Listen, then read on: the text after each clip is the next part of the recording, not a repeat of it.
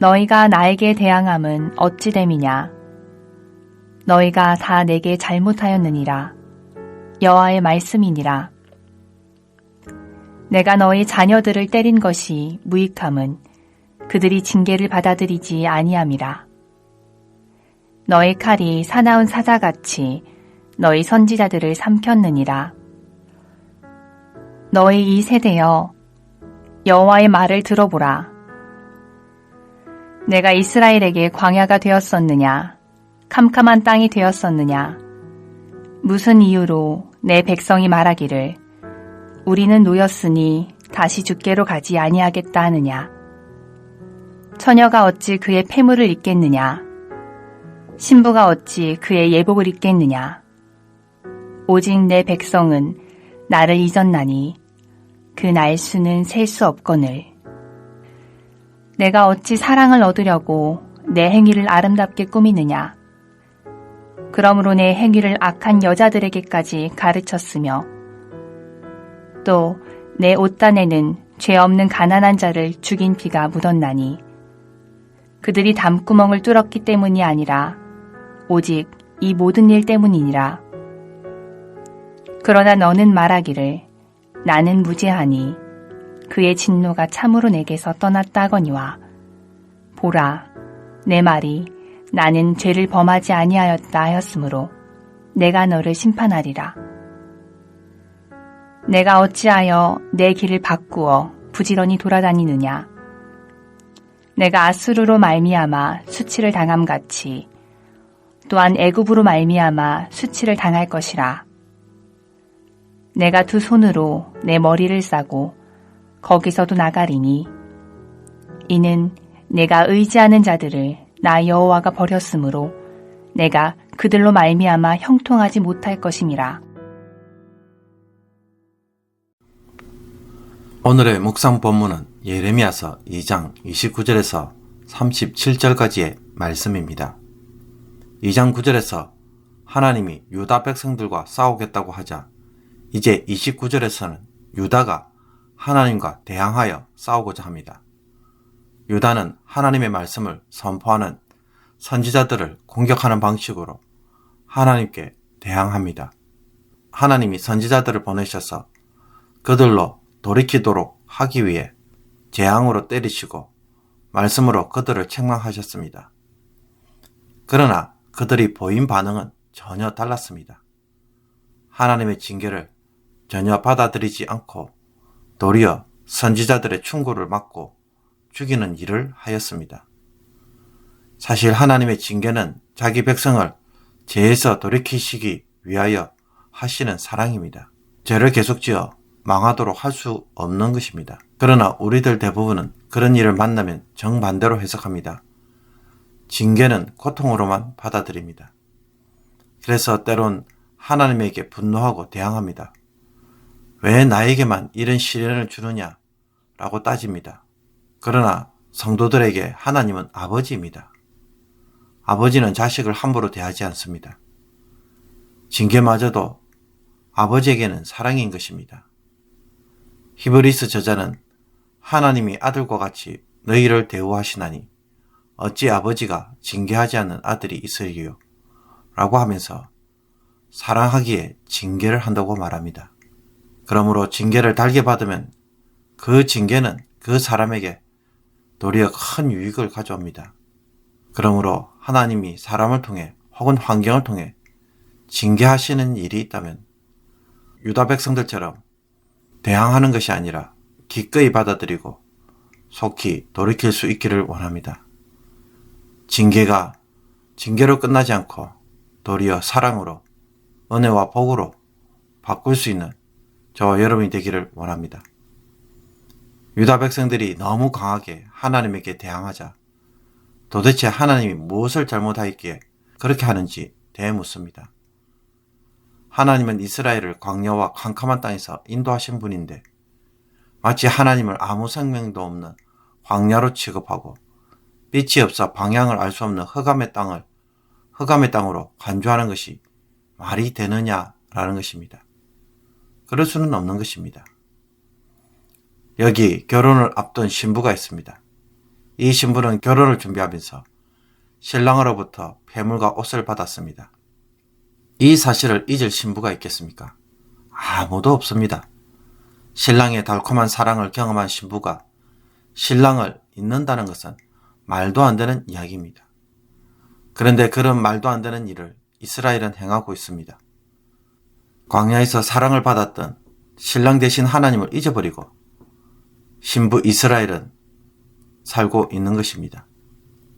그뿐만이 아닙니다. 이 신부는 매춘부처럼 바알을 따라가고자 애를 쓰고 있었습니다. 이런 악한 모습은 자신뿐만 아니라 다른 악한 여인들을 더 악하게 인도하는 일까지 하는 리더가 되었습니다. 그리고 이스라엘은 죄 없는 가난한 자를 함부로 죽이는 일도 자행했습니다. 출애굽기 22장을 보면 도둑이 몰래 뚫고 들어오는 것을 보고 그를 쳐 죽이면 피 흘린 죄가 없다는 말씀이 나옵니다. 그러나 그들은 도둑이 몰래 뚫고 들어왔길래 그 사람을 붙잡은 것이 아닌데도 그를 죽였습니다. 이것은 유다가 얼마나 불의한 일을 함부로 행하고 있는지를 보여줍니다.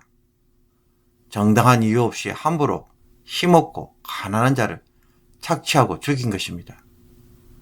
그런데도 정말 뻔뻔하게 말하는 것이 무엇입니까? 나는 무죄하니 그의 진노가 참으로 내게서 떠났다 라고 말하면서 돌아다닙니다. 피해자가 죽음으로 가해자가 누구인지 말을 할 수 없으니 대놓고 자신은 죄인이 아니며 자신에게 분노할 사람이 없다는 것입니다. 그러므로 그들은 오랫동안 이런 일을 하고도 한 번도 그러므로 그들은 가해자가 없어서 오랫동안 이런 일을 하고도 한 번도 처벌을 받은 적이 없었기에 뻔뻔스럽게 이런 말을 할 수 있는 것입니다. 하나님의 사랑을 잊어버리고 바람난 사랑을 하며 창기질을 가르칠 만큼 대단하고 탐욕을 위해서는 살인과 도둑질도 서슴지 않게 행하는 유다 백성들에게 하나님은 어떻게 하셔야 할까요? 그냥 둘 수가 없습니다. 그들에 대하여 반드시 판결하시고 심판하실 것이라고 말씀합니다. 본문 중에 또 내 옷단에는 죄 없는 가난한 자를 죽인 피가 묻었나니 라는 말씀을 한번 주목해 보십시오. 이것은 유다가 자신의 손으로 직접 가난한 자를 죽이지는 않았다는 것입니다. 자신의 손에 피를 묻힌 것이 아니라 옷단에 피를 묻혔기 때문입니다.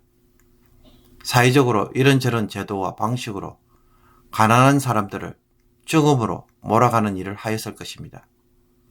하나님은 그 피를 보고 결코 가만히 있지 않겠다고 말씀합니다. 하나님은 억울한 자의 피해 호소에 대해 무관심하지 않습니다. 우리도 때론 사회 구조와 일하는 방식 때문에 어쩔 수 없이 사람을 일방적으로 몰아가고 그를 곤란한 지경에 빠뜨리는 일에 동참할 때가 있습니다. 일을 제대로 못한다는 이유로 직장 내에서 사람을 따돌리거나 혹은 쉽게 무시하는 행동, 지나치게 답답해하며 분노하는 행위가 실상은 이웃을 절반과 죽음으로 몰아갈 수 있는 일이 될 것입니다. 최근에 프랑스에서 일어난 이민자들의 폭동 사건에 대해 여러 가지 평가가 있을 수 있겠지만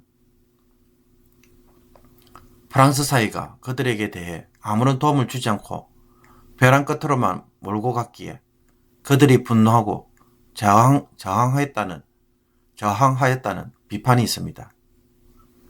그런데도 이민자라는 이유로 교육을 받지 못하고 부모가 통제하지 못한 이유로 그들을 대한다면 어떻게 될까요?